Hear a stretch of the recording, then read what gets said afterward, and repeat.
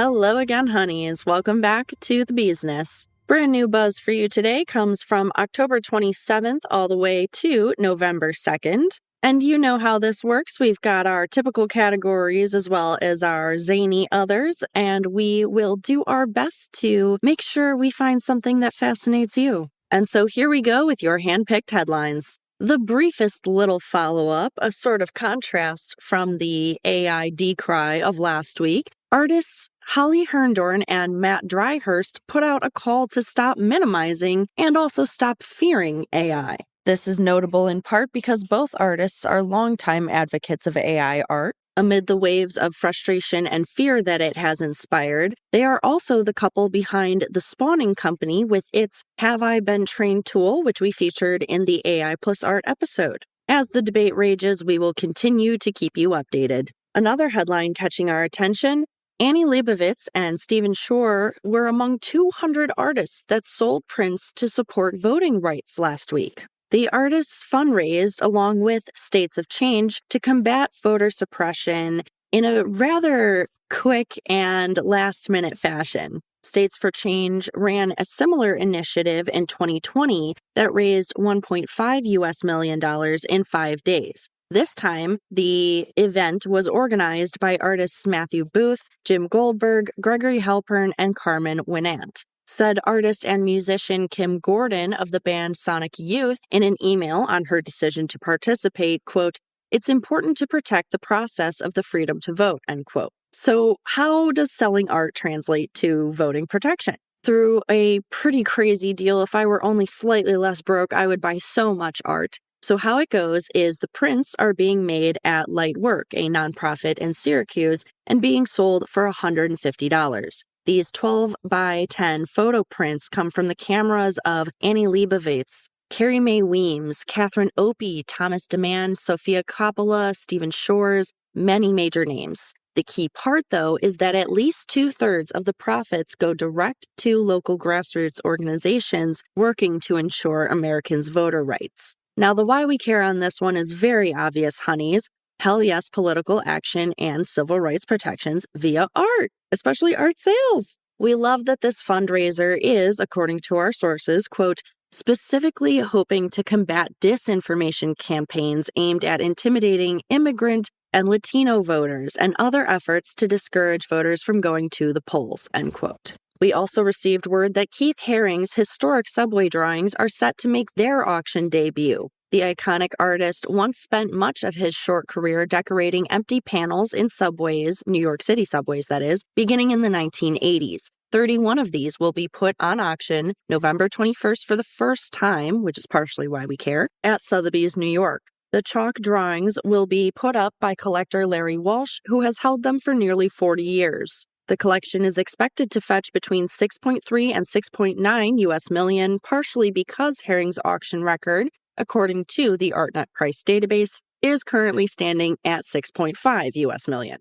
There is another reason why we care, though. Yet another public exhibition is set to precede this auction, so more public access to the works. Sotheby's staff has indicated that they will be hung inside faux 1980s subway cars to give viewers a real sense of the context. We're also keeping an eye on this sale because of the importance of these works to Haring, to his career, to New York City history, says one member of the auction house staff. Quote, Keith Haring's subway drawings are his ultimate years-long love letters to New York City, end quote. We'll see how much New York City and its collectors love them back at the end of the night. Headlines also announced that the MSN Warsaw has opened a new chapter for Polish art. The who, you might be asking? The Museum of Modern Art, that is, in Warsaw. It is notably the first permanent institution of its kind in the capital city. It was founded in 2005 as a nomadic collecting institution. It will, however, finally settle home in a new building with over 1,000 works by Polish and international artists. Its final inaugural stage will be marked by the arrival of its collections in February.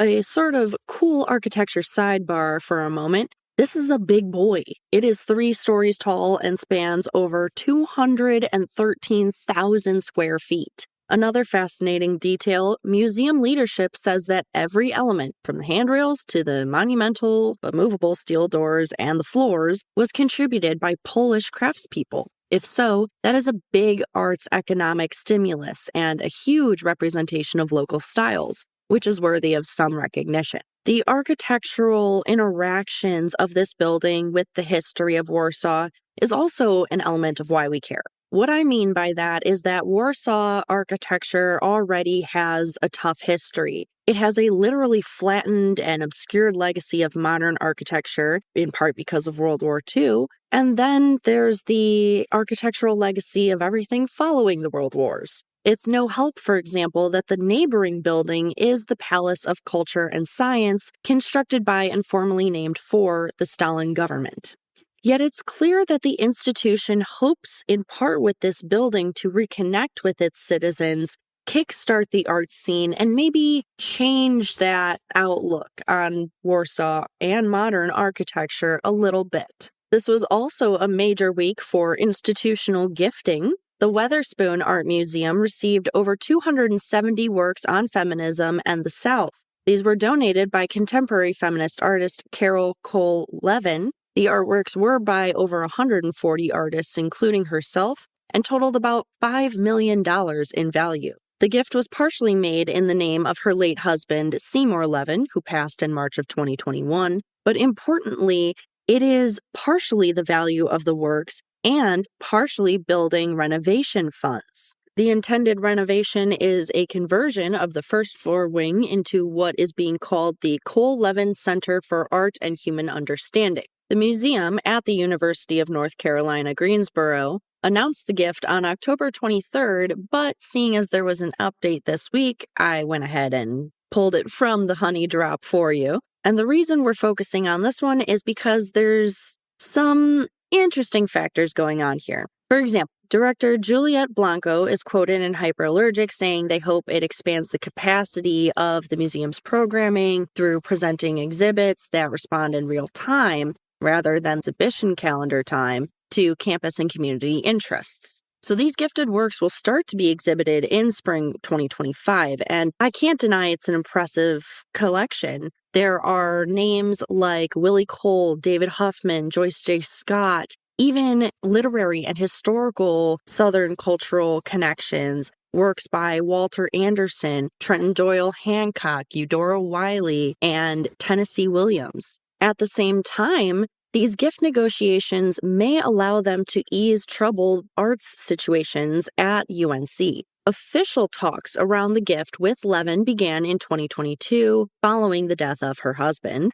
But since last fall and into this one, students and some faculty of the school have been pissed, really, about cuts to the arts, humanities, and art museum funding, which were deemed necessary by a consultation firm hired by the school. It was revealed very shortly after, according to an independent review published by Howard Bunsis, a professor of accounting at Eastern Michigan University, these cuts were not at all necessary. So the timing makes it feel as though the school was a bit saved by the bell. This gift allows them to say they have new collections and external art support, since students and faculty are looking for more support of the humanities and arts. It's also notable that Levin was a longtime board member. How this situation plays out, what ends up happening with the proposed center and the gift, I'll keep you updated. Also last week, the Studio Museum in Harlem received $10 million from the Ford Foundation. The grant was meant to endow its director and chief curator role held for 19 years and counting by Thelma Golden.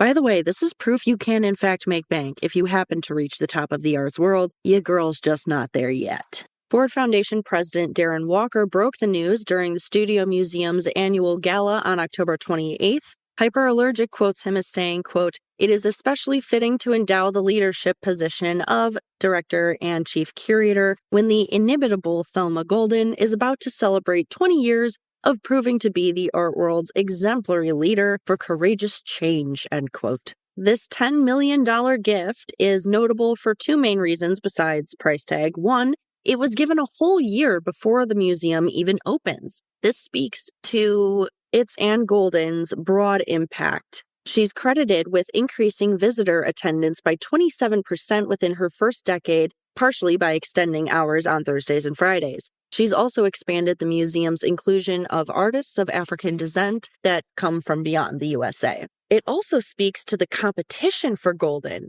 She's been considered the top contender in the MoMA's ongoing search for a new director, but she says she's not going anywhere. All the same, we love to see a woman being tapped for leadership at the highest possible levels of the art world. We also learned New York's Frick collection will reopen in the spring. This will mark the end of their 4-year renovation project on the collection's home, a 1914-built 70th Street mansion. The collection has said that it has increased accessibility, especially in the galleries, modernized conservation spaces, added new galleries for special exhibitions, and new educational spaces. It also plans to create a 25% increase of on-view collections by opening public access to the second floor of the mansion. That is genuinely all great, but I'm a little bit more focused on what they're going to reopen with. For example, a showing of works typically too sensitive to light to show, including ones by Edgar Degas and Francisco Goya.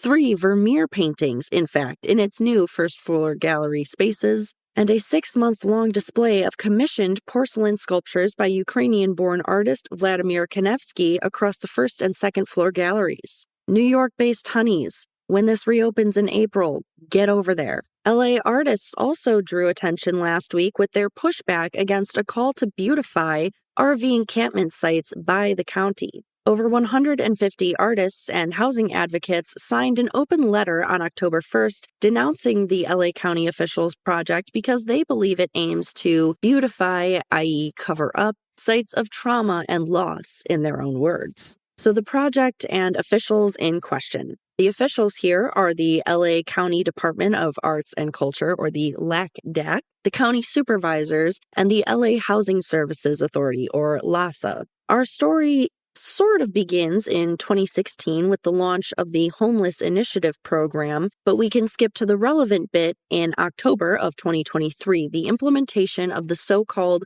RV resolution as a part of that, meant to reduce the number of such vehicles parked across the city. These 3 groups of officials then put out a public call to artists to decorate not only the abandoned homes, but any barriers put into place to block RVs from returning if moved. We chose to include this headline, Honeys, because we agree with the artists. It's morally wrong to hide forced relocation with something pretty. As their letter says in part, quote, "These are not just RVs, they are actually people's homes, and even more importantly, together they are communities." The letter goes on to say, quote, "Actively participating in the displacement of unhoused residents is antithetical to what artists do," end quote. Even more disturbingly, Honeys, the distributors of this letter told Hyperallergic that they met with LA County Deputy Supervisor Isela Gracian on October 3rd, and she, quote, "allegedly confirmed that even if no artists applied, the county was determined to move ahead with the project with or without the Department of Arts and Culture," end quote, by the end of this meeting.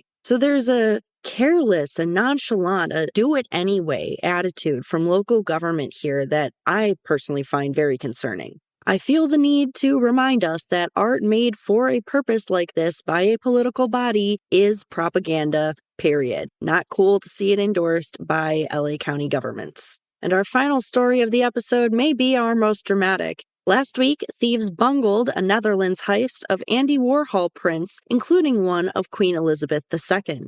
Reports announced that the thieves hit MPV Gallery in the Dutch town of Oosterwijk early November 1st. They even used a bomb to blow off the gallery doors. Yet these stooge-like thieves were forced to leave 2 works behind after they couldn't fit them into their getaway car. The gallery owner is slightly relieved that they did not get all 4 in the 1985 Warhol series called Reigning Queens. The 2 taken were portraits of Queen Elizabeth II and Margaret II of Denmark. The 2 ditched were of Queen Beatrix of the Netherlands and Ntombi Tafwala, now known as the Queen Mother of Eswatini. From security footage, we know that there is damage to every single one of these done by the stealing process. This includes the ripping of the 2 stolen from their frames and the discarding of the other 2 into the street where they were dirtied. So why we care? It's a heist! Why would we not care? The value of the works was being kept under wraps before their planned sale at the PAN Amsterdam Fair.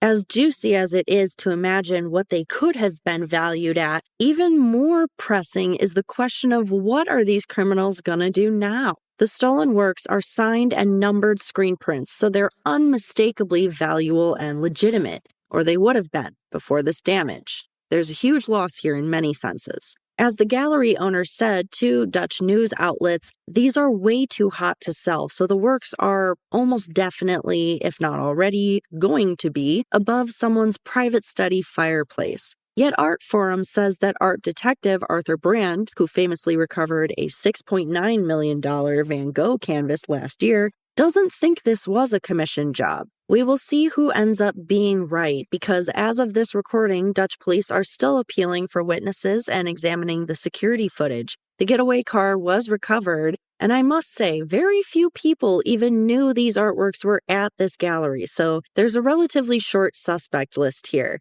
As nuts as it is that they haven't been caught yet, we hope they will soon, and we'll tell you all about the arrest when it goes down. All right, honeys, that's what I've got for you this week. Hope you enjoyed the heist. Hope you enjoyed Halloween and the start of November. I personally am pretty happy about the drop in temperature here in Phoenix. We're finally no longer at consistently boiling. It's lovely. We have a few new episodes coming out for you in the next week. Our honey drop, our Halloween spooky special, and our regularly scheduled deep dive. So make sure you stay tuned, stay hydrated, and take care. This podcast is produced, created, hosted, formerly edited, and fact-checked by master's degree holder Celia Bugnout. Chris Meinhold is responsible for our editing, mixing, and our intro and outro music. Special thanks to him for that. And as always, remember to like, subscribe, share, comment, so on all your favorite listening as well as social media channels.